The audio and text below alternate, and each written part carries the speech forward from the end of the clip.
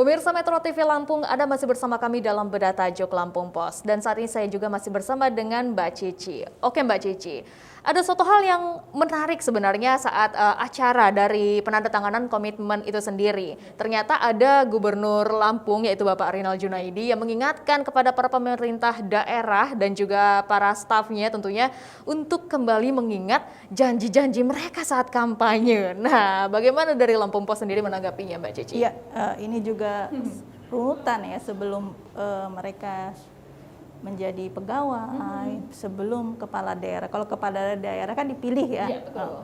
Bahwa sebelum pemilihan itu ada waktu, ada tahapan di mana mereka memberikan visi dan misinya. Betul. Nah, visi dan misinya ini adalah sebuah janji. Janji itu harus ditepati. Betul. Kebanyakan mereka akan maju untuk rakyat, tapi begitu setelah duduk lupa nih janjinya. Nah, inilah yang kembali diingatkan oleh gubernur bahwa mereka sebagai pejabat negara, janji itu adalah amanah. Betul. Janji itu akan ditagih tidak hanya oleh rakyat konstituen juga ya kan, tapi juga oleh sang kuasa ya. Ini yang minta harus diperhatikan. Kalau memang tidak bisa seluruhnya janji itu dipenuhi, minimal sudah ada itikat dan pemenuhan lah ya. Jadi udah ada niatan untuk memenuhi janji itu. Biasanya memang janji kan ya ada yang muluk-muluk, ada yang realistis ya. Nah, ini kalau bisa itu memang harus dipenuhi lah, mulai dari tahapan yang paling terkecil, kemudian sampai memang janji yang sebenarnya goal besar dia waktu akan maju.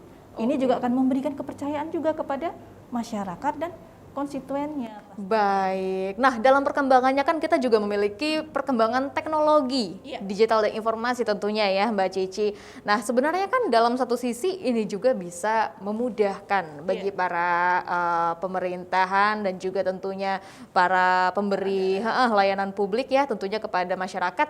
Nah, bagaimana saat ini penggunaannya sendiri terhadap pelayanan publik itu Mbak Cici? Iya, sebenarnya ini ya teknologi, kemajuan teknologi itu memang harus dimanfaatkan sebisa mungkin ya. Keterjangkauan, karena sesuatu wilayah biasanya ada yang di pelosok, ada yang di pinggiran, kemudian ada yang di tengah kota. Kalau memang tidak bisa menjangkau sampai ke pelosok, gunakanlah teknologi yang ada.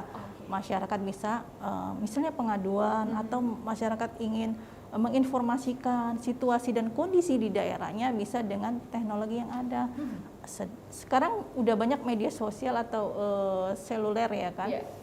Ada WhatsApp, kemudian juga ada situs-situs yang bisa dimanfaatkan oleh masyarakat tentang laporan kondisi di daerahnya. Dan ini juga harus direspon pastinya. Jangan tidak ada laporan tapi dibiarkan saja sama aja bohong ya.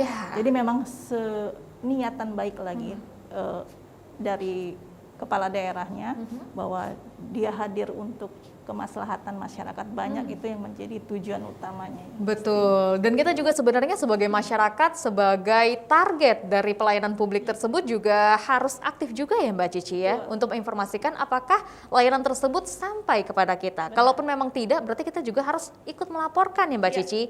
Nah, salah satunya kan ada juga badan dari Ombudsman yang bisa menjadi salah satu untuk tempat melapor dari masyarakat sendiri. Nah, bagaimana sih, apakah sudah tepat guna untuk keberadaan dari Ombudsman tersebut sebagai tempat pelaporan dari masyarakat terkait pelayanan publik? Ya, kalau di struktur pemerintahan daerah sebenarnya sudah ada pengawas juga ya. Seperti untuk pengawasan keuangan ada BPK ya kan. Kemudian juga ada PPK juga, mereka yang melakukan pengawasan. Kemudian ada yang independen. Kenapa independen ini ada? Karena supaya ya terjadi independensi ya. Kalau hanya di lingkungan ASN mungkin kemungkinan kong kali kon pasti ada. Tidak ada tekanan kalau independen ya. Kemudian kalau dengan adanya kehadiran independen yang melakukan pengawasan itu bisa lebih real lah ya.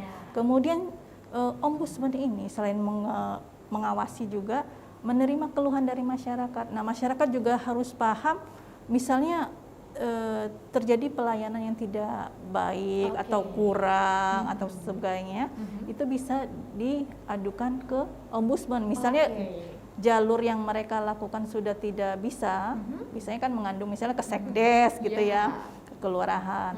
Jika itu tidak juga direspon, bisa mengadukan ke ombudsman, dan ombudsman ini akan memberikan semacam warning ya, kalau memang itu dia ada punishment juga kepada pemerintahan daerah ya. Oke, jadi ini sebenarnya menjadi langkah yang lebih tepat apabila Anda ya masyarakat dari Lampung sendiri merasa memang ada yang perlu untuk dilaporkan daripada harus melapor di media sosial. Betul, malah jadi gibah. Mungkin bisa viral ya Mbak Betul, Cici, tetapi kita tidak tahu apakah ini akan menjadi solutif ataupun tidak begitu. Nah, bagaimana dengan penjagaan privasi dari mereka? Tentunya ini juga kan mereka merasa harus diamankan juga saat melaporkan adanya ketidakbenaran di pemerintahan sendiri. Nah, itulah fungsinya bahwa masyarakat juga harus benar-benar kejujuran ya. Kalau memang itu tidak benar, segera laporkan fakta. Kemudian buatlah jangan perseorangan, kalau bisa per-kelompok ya kan. Ini juga untuk menguatkan bahwa misalnya dengan aparatur daerahnya, kepala desanya atau sekdesnya, misalnya ini pelayanan ini tidak benar, kemudian bisa diadukan ke ombudsman. Jadi kuat juga, dan itu juga harus sesuai fakta, bukan katanya-katanya. Betul. Karena yang merasakan langsung ya. Kemudian juga ada saksi. Jadi ada beberapa masyarakat yang memang tidak terlayani. Ini bisa mengadukan ke ombudsman. Jadi memang untuk laporan itu juga bersifat ada tata aturannya, tidak hanya sekedar melaporkan tetapi tidak ada saksi. Itu juga khawatir bisa menjadi fitnah ya Mbak Cici ya. Nah, ini yang perlu kita ingatkan lagi tentunya, bagaimana nih Mbak Cici solusinya supaya pelayanan publik itu bisa sampai kepada masyarakat, dan untuk para pemerintah sendiri tidak hanya melayani dirinya sendiri, tetapi mengingat ada masyarakat yang harus mereka layani. Iya, kembali kepada komitmen awal ketika seorang ASN, terlebih pejabat, dilantik, mereka mengemban amanah untuk menjadi pelayan masyarakat, pelayan publik. Ini yang harus diingat kembali.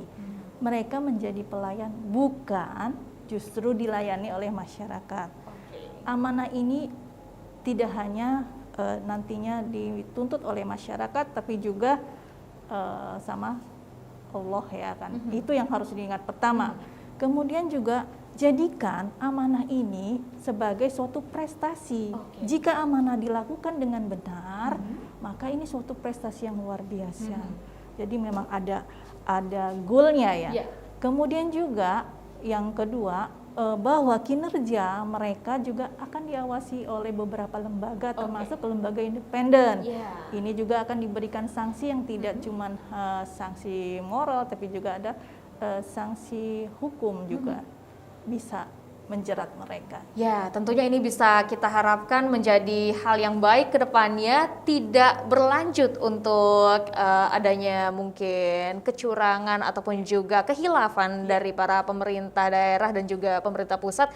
Yang kita harapkan adalah bersama-sama agar kita saling, pemerintah bisa untuk ikut melayani publik dan publik juga bisa taat kepada pemerintahnya agar kita tentunya mendapatkan kesejahteraan. Oke, terima kasih Mbak Cici. Baik pemirsa Metro TV Lampung, demikian untuk berita tajuk kali ini. Namun jangan kemana-mana, setelah ini kita akan membahas trending topik apa saja yang ada di multi platform Lampung Post Group lainnya. Tetaplah bersama kami.